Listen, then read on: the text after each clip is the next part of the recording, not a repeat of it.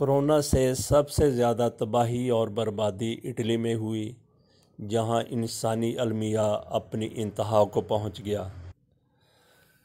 Corona سے ہلاکتوں میں اضافہ ہوتا جا رہا ہے، مریضوں کی تعداد بھی بڑھتی جا رہی ہے۔ اٹلی کی حکومت کورونا کے تدارک کے لیے ہر تدبیر اختیار کر رہی ہے، مگر کچھ اس کی سمجھ میں نہیں آ رہا۔ اس کے تو خود اپنے 10% ڈاکٹر اور پیرامیڈکس بھی اسی وبا کا شکار ہو چکے ہیں۔ حکومت کے سامنے سب سے بڑا سوال یہ تھا کہ مرنے والوں کی لاشوں کا کیا کیا جائے، ان کو کیسے تلف کیا جائے۔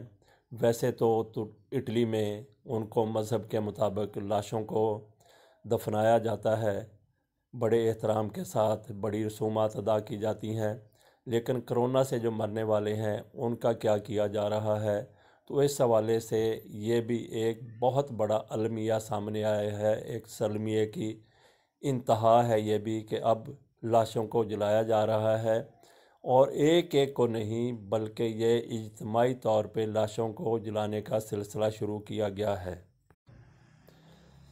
جن علاقوں میں یہ وبا زیادہ برے طریقے سے پھیلی ہوئی ہے، وہاں لوگوں کو عجیب منظر دیکھنے کو ملتا ہے۔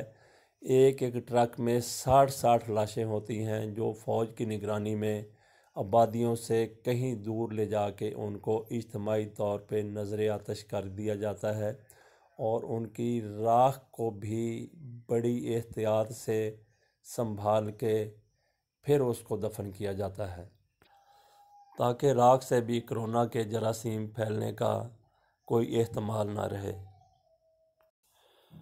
ہمارے ہاں کہا جاتا ہے کہ لاک ڈاؤن کر دیا جائے، لوگوں کو بالکل الگ تھلگ کر دیا جائے، تمام چیزیں، تمام سٹور بند کر دی، ہر چیز بند کر دی جائے، پاکستان میں ایک سکوت ہو، ایک ہر چیز ساکت ہو جائے۔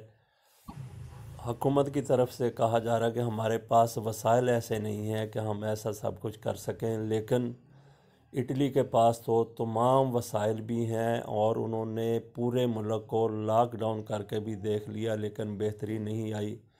تو بہرحال حکومت پاکستان کی طرف سے بہتر تدابیر اختیار کی جا رہی ہیں اس سے تدارک کے لیے۔ تو ہر شہری کا بھی فرض ہے کہ وہ بھی اپنا کردار ادا کرے، تشویش پیدا کرنے کی بجائے، خوف و ہراس پیدا کرنے کی بجائے اس بیماری کا کسی اچھے حکمت عملی کے تحت کے ساتھ مقابلہ کرنے کی کوشش کی جائے۔